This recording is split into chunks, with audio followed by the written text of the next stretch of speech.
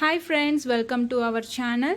இன்னைக்கு நம்ம என்ன ரெசிபி பார்க்க போறோம்னா ஒரு ஹெல்தியான டேஸ்டியான ரெசிபி தான் பார்க்க போறோம். மாய் இஞ்சி ஊறுகாய்.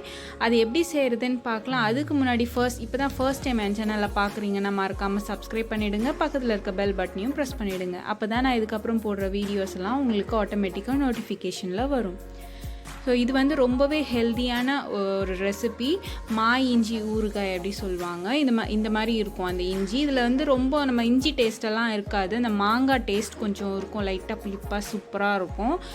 இது வந்து இந்த மாதிரி தோல் நல்லா சீவி எடுத்து வச்சுக்கோங்க.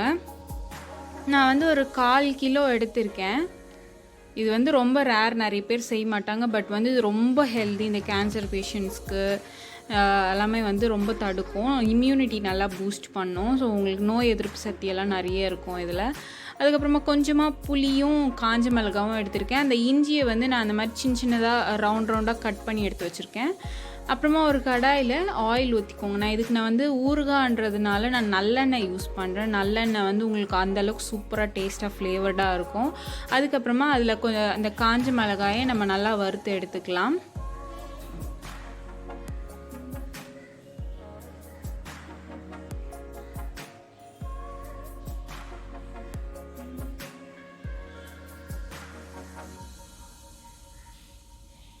அவ்வளோதான், வறுத்தாச்சு. ரொம்ப கலர் மாறணுன்ட்டு அவசியம் இல்லை, லைட்டாக வறுத்து எடுத்துக்கிட்டால் போதும். உங்களுக்கு காம்பு பிடிக்காது அப்படின்னா காம்பு கிள்ளிடுங்க. இப்போ நம்ம வந்து அரைச்சி எடுத்துக்கலாம். அது ஆறட்டும், ஆறினதுக்கப்புறமா அரைங்க. ஒரு 250 கிராம்ஸ் இருக்கும் இந்த மாய் இஞ்சி. இது கூட சேர்த்து நம்ம வறுத்து வச்சுருந்தோம் இல்லையா, அந்த காஞ்ச மிளகா புளி எல்லாத்தையும் ஆட் பண்ணிக்கலாம். அந்த காஞ்ச மிளகாவில் காம்பு எங்களுக்கு பிடிக்காதுன்றதுனால காம்பு எடுத்துக்கிறோம். சில பேர் காம்போடு போடுவாங்க, அப்படி போடுறதா இருந்தாலும் போட்டுக்கோங்க. காஞ்ச மிளகா கொஞ்சம் பார்த்து போட்டுக்கோங்க. ஒரு 2 இல்லை 3 மிளகா நிறுத்திட்டு டேஸ்ட் பார்த்துட்டு காரம் கம்மியாக இருந்தால் ஆட் பண்ணிக்கோங்க. நான் ஒரு 20லேருந்து 25 காஞ்ச மிளகா எடுத்திருக்கேன். அப்புறமா கல்லுப்பு ஆட் பண்ணியிருக்கேன். உங்களுக்கு தேவையான அளவு ஆட் பண்ணிக்கோங்க. ஃபஸ்ட்டு கொஞ்சமாக ஆட் பண்ணிக்கோங்க, அப்புறமா பார்த்துட்டு ஆட் பண்ணிக்கலாம். அப்புறமா புளியும் வந்து கொஞ்சமாக ஆட் பண்ணிக்கோங்க. அப்புறமா நம்ம டேஸ்ட் பார்த்துட்டு ஆட் பண்ணிக்கலாம்.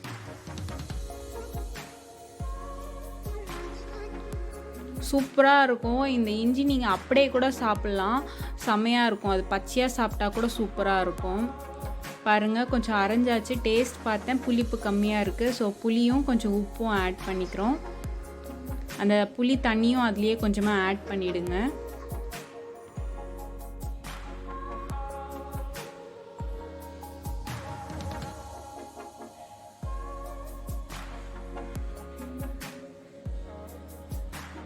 நல்லா அரைஞ்சிச்சு, லைட்டாக தண்ணி விட்டுக்கோங்க. அதுக்கப்புறமா கொஞ்சமாக பூண்டு ஆட் பண்ணிக்கோங்க. ஒரு கையில் பாதி வர அளவு ஒரு 20 பூண்டு இருக்கும். நல்லா தோல் உரிச்சிட்டு பூண்டு பல்ல ஆட் பண்ணிக்கோங்க. அது நல்லா கிரைண்ட் ஆனதுமே அதுக்கப்புறம் கொஞ்சமாக சீரகம் ஆட் பண்ணி கிரைண்ட் பண்ணிக்கோங்க. அவ்வளோதான், நல்லா கிரைண்ட் ஆகிடுச்சு, நல்லா ரெடி ஆகிடுச்சு. இப்போ நம்ம அதை தாளித்து எடுத்துட வேண்டியது தான். கடுகு ஆட் பண்ணிக்கோங்க. அது சட்டின்றதுனால அந்தளவுக்கு நமக்கு கிளியராக தெரிய மாட்டேங்குது. பொரியறது தெரியுதா உங்களுக்கு? இந்த மாதிரி பொரிஞ்சதுக்கப்புறமா நம்ம சீரகம் ஆட் பண்ணலாம். நம்ம அரைக்கும் போதும் நம்ம சீரகம் ஆட் பண்ணிக்கிட்டோம், தாளிக்கும் போதும் கொஞ்சமாக சீரகம் ஆட் பண்ணிக்கோங்க. ஜீரணத்துக்கு ரொம்பவே நல்லது. அதுக்கப்புறமா கொஞ்சமாக பெருங்காயத்தூள், எல்ஜி பெருங்காயத்தூள் ஆட் பண்ணிக்கோங்க. இந்த கடுகு சீரகம் எல்லாமே நல்லா பொரியணும். நல்லா பொரிஞ்சதுக்கப்புறமா நம்ம கருவேப்பிலை ஆட் பண்ணிக்கலாம்.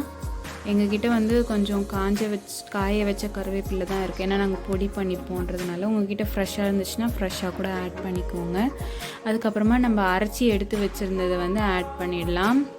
நார்மல் இஞ்சி இருக்கு இல்லையா, அந்த இஞ்சியில் கூட நீங்கள் இந்த மாதிரி செஞ்சுக்கலாம். அதுவும் நல்லா தான் இருக்கும். இது மாதிரி செஞ்சால் இன்னும் நல்லாயிருக்கும். இந்த இஞ்சியில் செய்யும் போது இன்னும் டேஸ்ட் சூப்பராக இருக்கும். எல்லாத்துக்குமே நீங்கள் தொட்டுக்கலாம். தோசைக்கு, இட்லிக்கு, எல்லாத்துக்குமே. சாம்பார் சாதம், ரசம் சாதத்துக்கு கூட வச்சு சாப்பிட்லாம். நீங்கள் ரைஸ்லேயும் மிக்ஸ் பண்ணி சாப்பிட்லாம். சூப்பராக இருக்கும். பழைய சாதத்துக்கெலாம் தொட்டுக்கிட்டு சாப்பிட்டிங்கன்னா ஆஹா செம்மையாக இருக்கும். சொல்லவே வார்த்தை இல்லை, அப்படி இருக்கும். பாருங்கள் எண்ணெய்லாம் அப்படியே லைட்டாக நல்லா பிரிஞ்சு வருது. ஒரு 5 நிமிஷம் தான் கலரிட்டு நம்ம ஆஃப் பண்ணிவிட்டு, ரொம்ப நேரம் கூட வேண்டாம், டேஸ்ட் நம்மளுக்கு சேஞ்ச் ஆகிடும். ஸோ ஒரு 5 மினிட்ஸ் அப்படி கலரிட்டு இந்த மாதிரி கொஞ்சம் ட்ரை ஆகிடுச்சு பாருங்கள். அப்படியே ஒட்டாமல் அல்வா மாதிரி வரும் உங்களுக்கு அந்த கடாயில். அந்த ஸ்டேஜில் நம்ம ஆஃப் பண்ணிடலாம். இந்த ரெசிபி உங்களுக்கு பிடிச்சிருக்கும்னு நினைக்கிறேன். பிடிச்சிருந்தால் லைக் பண்ணுங்கள், சப்ஸ்கிரைப் பண்ணுங்கள், பக்கத்தில் இருக்க பெல் பட்டனையும் ப்ரெஸ் பண்ணிவிடுங்க. தேங்க்யூ.